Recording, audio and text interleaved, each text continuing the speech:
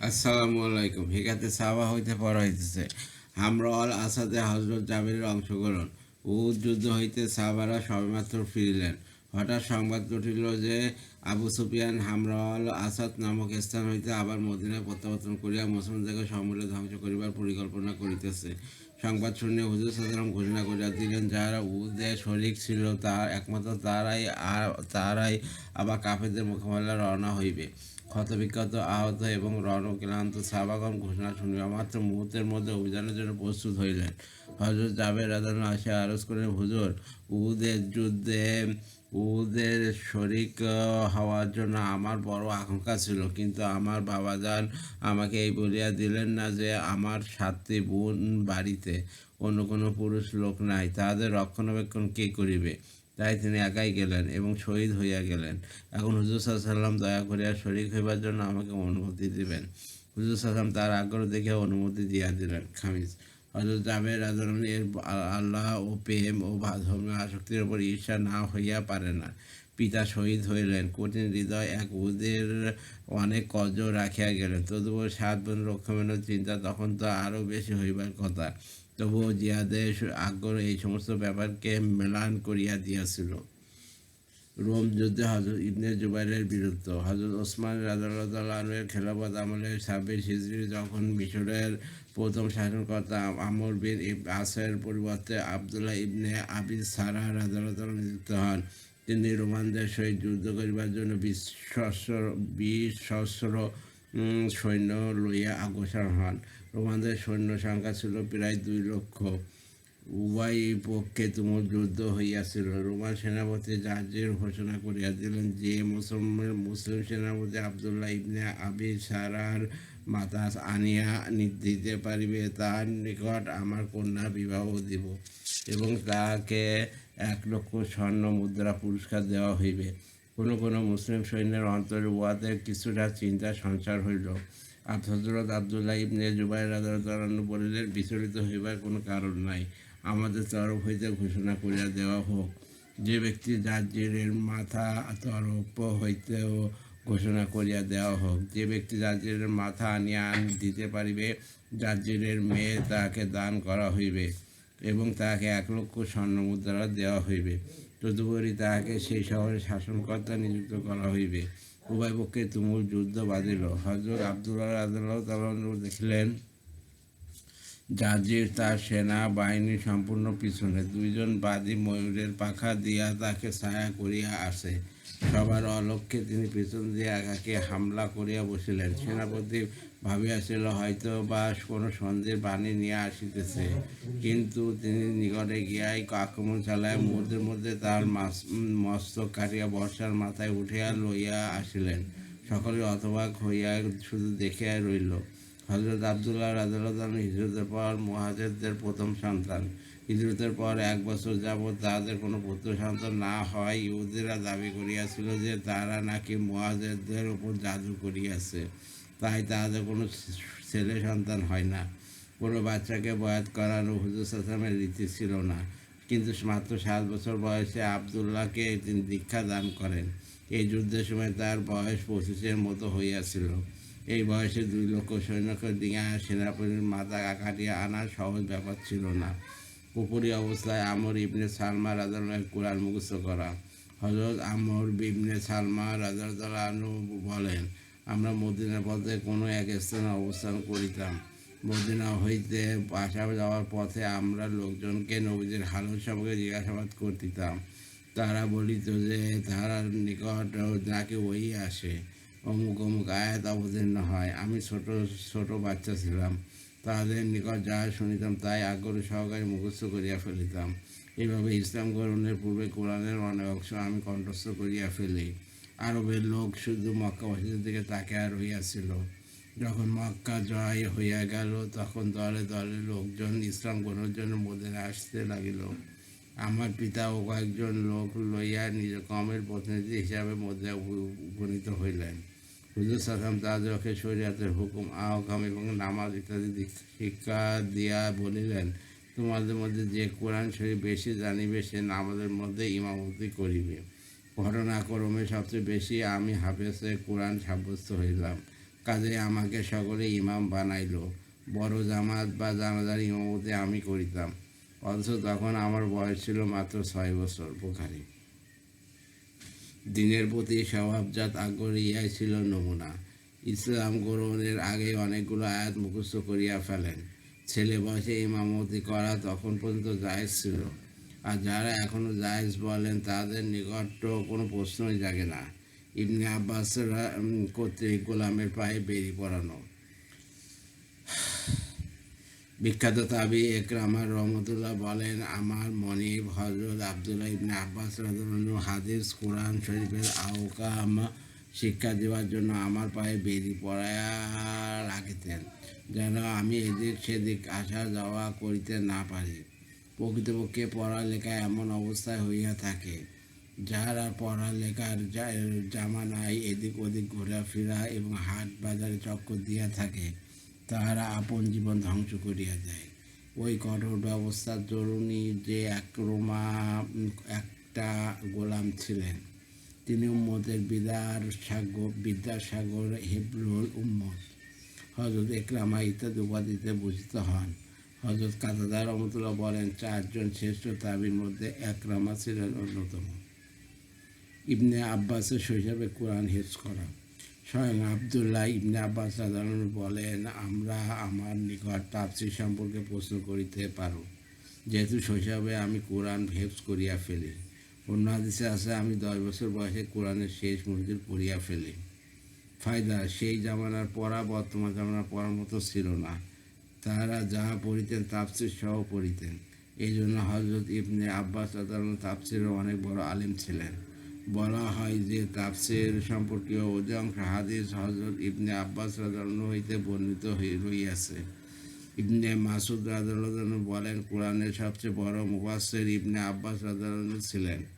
আর আব্দুর রহমান বলেন, আমাদের উস্তাদ সাহাবাগণ বলিতেন, আমরা হুজুর পাক সাল্লাল্লাহু আলাইহি ওয়াসাল্লামের নিকট 10 আয়াত শিখিতাম, তারপর 10 আয়াত ওই পর্যন্ত শিখিতাম না, যতক্ষণ পর্যন্ত প্রথম 10 আয়াতের উপর পূর্ণ ইলম ও আমল না হইয়া যাইত। হুজুর সাল্লাল্লাহু আলাইহি ওয়াসাল্লামের ইন্তেকালের সময় ইবনে আব্বাসের বয়স ছিল মাত্র 13 বছর। হাদিস এবং কোরআনে তাহার যে মর্যাদা ছিল তা কারামত ছাড়া আর কিছুই নয়। বড় বড় সাহাবারা তাহার নিকট তাফসীর জিজ্ঞাসা করিতেন। উহা হুজুর সাল্লাল্লাহু আলাইহি ওয়াসাল্লামের একটি দোয়ার প্রতিবল ছিল। একদা নবী করিম সাল্লাল্লাহু আলাইহি ওয়াসাল্লাম ইস্তেনজা করার জন্য বাইরে তাশরিফ নিয়ে গেলেন। ফিরে আসিয়া দেখিলেন যে লোটা ভর্তি পানি রইয়াছে। জিজ্ঞাসা করিয়া জানিতে পারলেন যে ইবনে আব্বাস রাদিয়াল্লাহু উহা রাখিয়াছেন। হুজুর সাল্লাল্লাহু আলাইহি ওয়াসাল্লাম সন্তুষ্ট হইয়া তাহার জন্য দোয়া করিলেন যে আল্লাহ পাক তাহাকে দ্বীন এবং কোরআনের পাকের বুঝ দান করেন। তারপর একদিন হুজুর সাল্লাল্লাহু আলাইহি ওয়াসাল্লাম নফল পড়িতেছিলেন। তিনি হুজুর সাল্লাল্লাহু আলাইহি ওয়াসাল্লামের পিছনে নিয়ত করিলেন। হুজুর সাল্লাল্লাহু আলাইহি ওয়াসাল্লাম তার হাত ধরিয়া একজন মুক্তাদি হেতু হুজুরের বরাবর দাঁড় করিয়া দিলেন। অতঃপর হুজুর সাল্লাল্লাহু আলাইহি ওয়াসাল্লাম তো নামাজে মগ্ন হইয়া গেলেন, কিন্তু তিনি একটুখানি পিছনে হটিয়া দাঁড়াইলেন। নামাজের পর হুজুর সাল্লাল্লাহু আলাইহি ওয়াসাল্লাম জিজ্ঞাসা করিলেন, তুমি কেন এরূপ করিয়াছ? তিনি বলিলেন, আপনি আল্লাহর রাসূল, আপনার বরাবর আমি কেমন করিয়া দাঁড়াইতে পারি? হুজুর সাল্লাল্লাহু আলাইহি ওয়াসাল্লাম তার জ্ঞান ও ইলম বৃদ্ধির জন্য দোয়া করিলেন। হযরত আব্দুল্লাহ ইবনে আমর ইবনুল আস রাদিয়াল্লাহু হেফজে হাদিস। যেসব সাহাবারা দৈনিক 1 খতম কোরআন পড়িতেন ও সারা রাতে ইবাদতে লিপ্ত থাকিতেন ও দিনের রোজা রাখিতেন, হযরত আব্দুল্লাহ ইবনে আমর রাদিয়াল্লাহু তাদের মধ্যে অন্যতম ছিলেন। তার অতিমাত্রায় পরিশ্রম দেখিয়া হুজুর সাল্লাল্লাহু আলাইহি ওয়াসাল্লাম বলেন, উহাতে শরীর দুর্বল হইয়া পড়িবে, অধিক রাত্রি জাগরণের চোখে পানি আসিয়া যাইবে, শরীরের হকও আছে। তিনি বলেন, আমি দৈনিক কোরআন শরীফ 1 খতম করিতাম। হুজুর সাল্লাল্লাহু আলাইহি ওয়াসাল্লাম ইরশাদ করিলেন, 1 মাসে 1 খতম করো। আমি আরজ করিলাম, হুজুর সাল্লাল্লাহু আলাইহি ওয়াসাল্লাম, আমার শক্তি ও যৌবনের দ্বারা উপকৃত হইবার সুযোগ দিন। হুজুর সাল্লাল্লাহু আলাইহি ওয়াসাল্লাম বলিলেন, আচ্ছা 20 দিনে 1 খতম করো। তিনি বলিলেন, হুজুর সাল্লাল্লাহু আলাইহি ওয়াসাল্লাম, আমার শক্তি সামর্থ্যের দ্বারা উপকৃত হইবার অনুমতি দিন। এইভাবে কমাতে কমাতে অবশেষে 3 দিনে খতম করার অনুমতি লাভ করিলেন। তার অভ্যাস ছিল, যাহা কিছু হুজুর সাল্লাল্লাহু আলাইহি ওয়াসাল্লাম নিকট শুনিবেন লিপিবদ্ধ করিয়া ফেলিতেন, যেন কখনো ভুলিয়া না যান। এমনকি লিখিতে লিখিতে একটা কিতাব বানিয়া যায়, যার নাম তিনি সাদেকা রাখিয়াছিলেন। কেউ কেউ বলিল, বেটা, হুজুর সাল্লাল্লাহু অনেক সময় রাগ করিয়া অথবা হাসি ঠাট্টা করিয়া কিছু বলিয়া থাকেন, কাজেই সব কিছুই লেখা ঠিক নয়। তিনি ছাড়িয়া দিলেন। অবশেষে উহা হুজুর সাল্লাল্লাহু খেদমতে প্রকাশ করিলেন। হুজুর সাল্লাল্লাহু বললেন, তুমি লিখিতে থাকো। ওই আল্লাহ পাকে কসম খাইয়া বলিতেছি, যার কুদরতি হাতে আমার জান, রাগের সময় হোক বা খুশির সময় হোক, এই মুখ দ্বারা হক কথা ছাড়া অন্য কিছু বাহির হয় না। আহমদ ইবনে সাদ। হজরত আবদুল্লাহ ইবনে আমর রাদিয়াল্লাহু এত বড় দরবেশ ও পরেজগার হওয়া সত্ত্বেও হজরত আবু হুরায়রা রাদিয়াল্লাহু বলেন, সাহাবাদের মধ্যে আমার চেয়ে বেশি রিওয়ায়াত করনেওয়ালা একমাত্র আবদুল্লাহ ইবনে আমর রাদিয়াল্লাহু ছিলেন। হজরত জায়েদ বিন সাবিত রাদিয়াল্লাহু এর কোরআন মুখস্থ করা। হজরত জায়েদ বিন সাবিত রাদিয়াল্লাহু বহুত বড় বুজুর্গ সাহাবী ছিলেন। মদিনা মুনাওয়ারায় ফতুয়া, বিচার, ফরায়েজ, কেরাত সকল বিষয়ে তিনি প্রথম শ্রেণীর সাহাবী ছিলেন। ইলমে ফরায়েজে অভিজ্ঞ ছিলেন।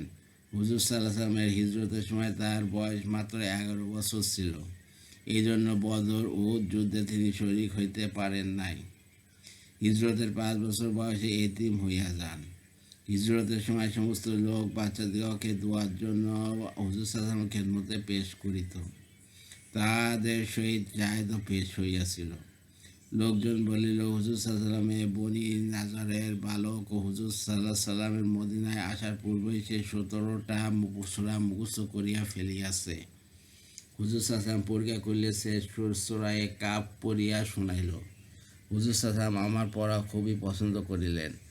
ইহুদের নিকট যেই সব চিঠি লেখেন, সব লেখানো হইতে উহা ইহুদের দ্বারাই লেখন হইত। উহাতে হুজুর সাল্লাল্লাহু আলাইহি ওয়াসাল্লাম সন্তুষ্ট হইতে পারিতেন না। একদিন তিনি আমাকে তাহাদের ভাষা শিখিবার আদেশ করিলেন। আমি 15 দিনে শিখা ফেলিলাম। তারপর ইব্রানি ভাষায় যাবতীয় চিঠি আমি লিখিতাম ও পড়িতাম। অন্য হাদিসে আছে, তিনি হুজুর সাল্লাল্লাহু আলাইহি ওয়াসাল্লাম বিদেশে সুরায়ানি ভাষা 17 দিন শিখিয়া ফেলেন। ইমাম হাসান রাদিয়াল্লাহু শৈশবকালে জ্ঞান চর্চা। 3য় হিজরি রমজান মাসে হজরত ইমাম হাসান রাদিয়াল্লাহু জন্মগ্রহণ করেন। হুজুর পাক সাল্লাল্লাহু আলাইহি ওয়াসাল্লাম ইন্তেকালের সময় তার বয়স মাত্র 17 বছর ছিল। এই ক্ষুদ্র বয়সে তিনি কয়েকটি হাদিস বর্ণনা করেন। আবুল হাওরা নামক এক ব্যক্তি ইমাম হাসান রাদিয়াল্লাহুকে জিজ্ঞাসা করিলেন, হুজুর সাল্লাল্লাহু আলাইহি ওয়াসাল্লামের কোনো কথা আপনার স্মরণ আছে কি? তিনি বললেন, হ্যাঁ আছে। আমি একদিন হুজুর সাল্লাল্লাহু আলাইহি ওয়াসাল্লামের সহিত যাইতেছিলাম। প্রতিমধ্যে সৎকার খেজুরের একটা স্তূপ দেখিতে পাইয়া আমি একটি খাইয়া ফেলিলাম। হুজুর পাক সাল্লাল্লাহু আলাইহি ওয়াসাল্লাম খাক খাক বলিয়া উহা আমার মুখ হইতে ফেলিয়া দিলেন এবং বলিলেন, আমরা সৎকার মাল খাই না। আমি 5 ওয়াক্ত নামাজ হুজুর পাক সাল্লাল্লাহু আলাইহি ওয়াসাল্লামের কাছ থেকে শিখিয়াছি। ইমাম হাসান রাদিয়াল্লাহু বলেন, বেতের নামাজ পড়িবার জন্য হুজুর সাল্লাল্লাহু আলাইহি ওয়াসাল্লাম এই দোয়া শিক্ষা দিয়াছেন, হে আল্লাহ, যাহাদিগকে আমি সরল পথ দেখাইয়াছেন, তাদের মতো আমাকে সরল পথ দেখা দিন। যাকে সুস্থতা দান করিয়াছেন, আমাকেও তাদের মধ্যে একজন করুন। আপনি যাদের অভিভাবক বানিয়েছেন, আমাকেও তাদের মধ্যে সামিল করুন। আপনি আমাকে যা কিছু দান করিয়াছেন, উহার মধ্যে বরকত দান করুন। ভাগ্যের পরিহাস হইতে আপনি আমাকে রক্ষা করুন। আপনি যা ইচ্ছা করেন তাই হইয়া থাকে। আপনার উপর কারোর কর্তৃত্ব চলে না। আপনি যাহার বন্ধু, সে কখনো অপদস্থ হয় না। আমার পরওয়ারদিগার বড় বরকতওয়ালা, মর্যাদাবান। ইমাম হাসান রাদিয়াল্লাহু বলেন, আমি হুজুর পাক সাল্লাল্লাহু আলাইহি ওয়াসাল্লামের নিকট শুনিয়াছি, যে ব্যক্তি ফজরের নামাজের পর সূর্য ওঠা পর্যন্ত নামাজের জায়গায় জিকিরে ফিকিরে বসিয়া থাকে, জাহান্নামের আগুন হইতে সে নাজাত পাইবে। ইমাম হাসান রাদিয়াল্লাহু পদবজ্রে কয়েকবার হজ করেন এবং বলিতেন, আল্লাহর ঘরের দিকে পায়ে হাঁটিয়া না গেলে মৃত্যুর পর তাকে কি করিয়া মুখ দেখাইব। তিনি অপূর্ব ধৈর্যশীল এবং পরেজগার ছিলেন। 13টি হাদিস তিনি বর্ণনা করিয়াছেন বলিয়া মুহাদ্দিসগণ উল্লেখ করিয়াছেন। 7 বছর বয়সে হাদিস কণ্ঠস্থ করা, বর্ণনা করা সাধারণ ব্যাপার নহে। পক্ষান্তরে আমরা 7 বছর বয়সের দিনের সামান্যটুকু কথাও শিখাইতে সক্ষম হই না। হজরত ইমাম হুসেন রাদিয়াল্লাহু তাআলা আনহু তার বড় ভাই ইমাম হাসান রাদিয়াল্লাহু আনহু হইতে 1 বছরের ছোট ছিলেন। হুজুর পাক সাল্লাল্লাহু আলাইহি ওয়াসাল্লাম ইন্তেকালের সময় তার বয়স ছিল মাত্র 6 বছর কয়েক মাস। এত ছোট বাচ্চা কতটুকু দিন শিখাইতে পারে, তবু বলা হয় যে 8টি হাদিস তিনি বর্ণনা করিয়া গিয়াছেন। ইমাম হাসান রাদিয়াল্লাহু আনহু বলেন, আমি হুজুর পাক সাল্লাল্লাহু আলাইহি ওয়াসাল্লামের নিকট শুনিয়াছি, কোনো মুসলমান পুরুষ হোক বা স্ত্রীলোক হোক, সে যদি কোনো বিপদে পড়ে এবং দীর্ঘদিন পরে এই বিপদের কথা মনে আসিলে ইন্নালিল্লাহ পড়ে, তখন বিপদের সময় কালে পড়ার মতো সওয়াব সে প্রাপ্ত হইবে। হুজুর সাল্লাল্লাহু আলাইহি ওয়াসাল্লাম আরও বলেন, আমার উম্মত যখন নদীতে সওয়ার হইয়া বিসমিল্লাহ মাজারিয়া ওয়া মোরসা ইন্না রাব্বি ফাগফুরুর রাহিম পড়িবে, তখন নদীতে ডুবা হইতে নাজাত পাইবে। হজরত হুসাইন রাদিয়াল্লাহু আনহু পদবজ্রে 25 বার হজ করেন, বেশি বেশি করিয়া নামাজ রোজা করিতেন এবং দিনের প্রতিটি কাজ বড় গুরুত্বপূর্ণভাবে সহকারে পালন করিতেন। হজরত রাবিয়া রাদিয়াল্লাহু তাআলা বলেন, ইমাম হুসাইন রাদিয়াল্লাহু আনহুকে আমি জিজ্ঞাসা করিলাম যে, হুজুর সাল্লাল্লাহু আলাইহি ওয়াসাল্লামের কোনো কথা আপনার স্মরণ আছে কি? তিনি বলিলেন, হ্যাঁ, একসময় আমি জানালার উপর উঠিয়া দেখিলাম যে সেখানে কিছু খেজুর রহিয়াছে। আমি সেখান হইতে একটা খেজুর লইয়া মুখে দিই। হুজুর পাক সাল্লাল্লাহু আলাইহি ওয়াসাল্লাম বলে, উহাকে ফেলিয়া দাও, যেহেতু সদকা আমাদের জন্য জায়েজ নাই। হজরত হুসাইন রাদিয়াল্লাহু আনহু হইতে বর্ণিত, হুজুর সাল্লাল্লাহু আলাইহি ওয়াসাল্লাম এই কথা বড় খুব বর্ণিত আছে, মানুষের জন্য ইসলামের মধ্যে উহাই সৌন্দর্য যে অযথা কাজে যেন লিপ্ত না হয়। উহা ছাড়া আরও কয়েকটি হাদিস বর্ণিত আছে। ফায়দা, এইভাবে সাহাবাদের শৈশবের অনেক ঘটনায় বর্ণিত আছে। যেমন মাহমুদ ইবনে রাবি নামক সাহাবী হুজুর সাল্লাল্লাহু আলাইহি ওয়াসাল্লামের ইন্তেকালের সময় তার বয়স ছিল 5 বছর। তিনি বলেন, আমি সারা জীবন এই কথা ভুলিব না যে হুজুর সাল্লাল্লাহু আলাইহি ওয়াসাল্লাম আমাদের বাড়িতে একদিন তাশরিফ আনেন এবং আমাদের ওখানে যে কুয়া ছিল সেখান হইতে পানি লইয়া হুজুর সাল্লাল্লাহু আলাইহি ওয়াসাল্লামের একটা কুল্লি আমার মুখে ঢালিয়া দেন।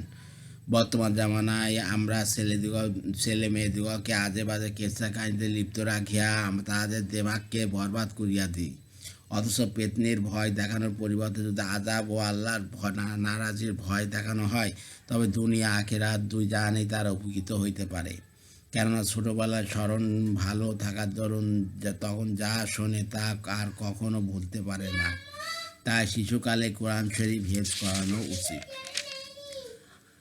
আমি আমার পিতার নিকটও অনেকবার শুনিয়াছি, ঘরের বৃদ্ধা মেয়ে লোকদের নিকটও শুনিয়াছি যে বাবাজানের যখন দুধ ছাড়াইতে ছিল তখন 1/4 পারা তাহার মুখস্থ হইয়া যায় এবং ওই বয়সে দাদাজানের নিকট তিনি বস্তা, সেকান্দর নামা ইত্যাদি ফার্সি কিতাবও পড়িয়া ফেলেন। তিনি বলেন, দৈনিক তুমি 1 খতম পড়িবে, বাকি সারাদিন তোমার ছুটি। আমি ঘরের ছাদে ফজরের পর বসিয়া 6-7 ঘন্টায় 1 খতম শেষ করিয়া দুপুরে রুটি খাইতাম। বিকালবেলায় মনের আনন্দে ফার্সি পড়িতাম। 6 মাস পর্যন্ত দৈনিক 1 খতম করা, তদুপরি বিভিন্ন সবক আদায় করিবার অভ্যাস ছিল। এইসব 7 বছর বয়সের ঘটনা। আমাদের বাহ্যিক পারিবারিক ভরণ পোষণ কিতাবের দোকানের দ্বারাই চালিত। তাই তিনি নিজ হাতে অনেক সময় এমন হইত যে কাজের ভিতর আমাদেরকে কিতাবও পড়াইতে থাকিতেন। অবশ্য মাদ্রাসা ক্লাস করিবার সময় সব কাজ ছাড়িয়া শুধুমাত্র পড়াইতেন। এইসব ঘটনা কোনো পুরনো জামানার নয়, এই শতাব্দীর কথা। তাই এই ওজোর দেখানোর অধিকার আমাদের নাই যে আমাদের মধ্যে সেই জামানার মতো শক্তি সামর্থ্য কোথায়। দাদা সর্দার নবী প্রেমের কয়েকটি অপূর্ব ঘটনা। উপরে যেসব ঘটনা বর্ণিত হইয়াছে উহা সবকটাই মহব্বতের পরিণাম। একমাত্র প্রেম ও ভালোবাসার সংস্পর্শে সাহাবাগণ জানমালের মান ইজ্জতের ধন সম্পদের দুঃখ দৈন্যের পরোয়া না করিয়া যত সব অসাধ্য সাধন করিয়া গিয়াছেন। তদুপরি মহব্বত কোনো দেখার বিষয়বস্তু নয়, উহার ভাষা উর্দে একটি অনুভূতির নাম। যার অন্তরে সেই প্রেমের আগুন জ্বালিয়া ওঠে, মাহবুবের মোকাবেলায় তার মান ইজ্জত লজ্জা শরম সব কিছু তুচ্ছ হইয়া পড়ে। মেহেরবান পরওয়ারদিগার আপন মাহবুবের ওসিলায় আমাদের অন্তরে যদি তাহার এবং তাহার রাসূলের মহব্বত দান করেন, তবে যে কোনো ইবাদতের মধ্যে লজ্জত এবং দ্বীনের খাতিরে যে কোনো মুসিবতেই শান্তি। ইসলামের ওপর আবু বকর রাদিয়াল্লাহু সিদ্দিক রাদিয়াল্লাহু তাআলা এর প্রথম ভাষণ ও নির্যাতন। ইসলামের প্রাথমিক অবস্থায় কেউ ইসলাম গ্রহণ করিলে সে যথাসম্ভব উহাকে গোপন রাখিবার চেষ্টা করিত। কাফেরদের পক্ষ হইতে কোনো নির্যাতন পৌঁছায় এই ভয়ে নবী স্বয়ং নবী পাক সাল্লাহ সাল্লাম গোপন রাখিবার জন্য উৎসাহ দান করিতেন। মুসলমানদের সংখ্যা 39-এ দাঁড়ায়। যখন 39-এ দাঁড়ায় তখন হযরত সিদ্দিক আকবর প্রকাশ্যে ইসলাম প্রচার করার অনুমতি প্রার্থনা করিলেন। প্রথমে হুজুর সাল্লাল্লাহু আলাইহি ওয়াসাল্লাম অনুমতি দিতে অস্বীকার করেন। অবশ্যই পরে হযরত আবু বকর সিদ্দিক বারংবার অনুরোধে সম্মত হইলেন। নবদীক্ষিত সবাইকে নিয়ে কাবা গিয়ে হাজির হইলেন। হযরত আবু বকর সিদ্দিক রাদিয়াল্লাহু তাবলীগে খুতবা আরম্ভ করিলেন। ইসলামের উপর ওয়াহিয়ে প্রথম ভাষণ। সেই দিন হুজুর আকরাম সাল্লাল্লাহু আলাইহি ওয়াসাল্লামের চাচা হযরত হামজা রাদিয়াল্লাহু আনহু ইসলাম গ্রহণ করেন। তার 3 দিন পর হযরত ওমর রাদিয়াল্লাহু আনহু পবিত্র হয়ে ইসলামে দীক্ষিত হন। খুতবা শুরু হইবার সাথে সাথে চতুর্দিক হইতে কাফেরগণ মুসলমানদের উপর ঝাঁপাইয়া পড়িল। মক্কা নগরীতে হযরত আবু বকর সিদ্দিক রাদিয়াল্লাহু তাআলা যথেষ্ট প্রভাব প্রতিপত্তিশালী হওয়ার সত্ত্বেও কাফেরগণ তাদের এমন মারধর করে যে তার চেহারা এবং নাক কান সব কিছু রক্তে রঞ্জিত হইয়া যায়। জুতা লাথি ঘুষি হরেক রকমের মার খাইয়া তিনি একদম বেহুশ হইয়া গেলেন। এই খবর শুনিয়া বনি তাইমের লোক আসিয়া হযরত আবু বকর রাদিয়াল্লাহুকে লইয়া গেল, কারণ ধারণা ছিল না তিনি কার বাঁচিতে পারিবেন। বনি তাইম হারাম শরীফে দাঁড়াইয়া ঘোষণা করিল যে এই দুর্ঘটনায় আবু বকর রাদিয়াল্লাহু যদি মারা যায় তবে আমরা উহার প্রতিশোধস্বরূপ উতবা ইবনে রাবিয়াকে হত্যা করিব, যেহেতু তাকে মারধরের ব্যাপারে অতবার ভূমিকা ছিল সবচেয়ে বেশি। সন্ধ্যা পর্যন্ত হযরত আবু বকর রাদিয়াল্লাহু অচেতন অবস্থায় ছিলেন। সন্ধ্যার সময় তার হুঁশ হওয়ার পর সর্বপ্রথম কথা তাহার ইহাই ছিল, আমি আমার প্রিয় নবী সাল্লাল্লাহু আলাইহি ওয়াসাল্লামের কী অবস্থা আছে। উপস্থিত লোকজন তাকে এই বলিয়া ভালো মন্দ বলিতে লাগিল যে যার দরুন তোমার এই করুণ অবস্থা। সারাদিন মৃত্যুর মুখে থাকিয়া যখন বাক শক্তি আসিল তখন তুমি আবার সেই নবীর নাম এবং মাতা উম্মে খায়ের রাদিয়াল্লাহুকে বলিয়া গেল যে তার কিছু খাবারের ব্যবস্থা করো। তার মাতা কিছু খানা তৈরি করিয়া রাখাইতে বলিল। কিন্তু প্রেমিক আবু বকর রাদিয়াল্লাহু মুখে শুধু একই আওয়াজ, আমার প্রিয় নবীর অবস্থা কি? তিনি কি সুখী আছেন? আল্লাহ হাফেজ।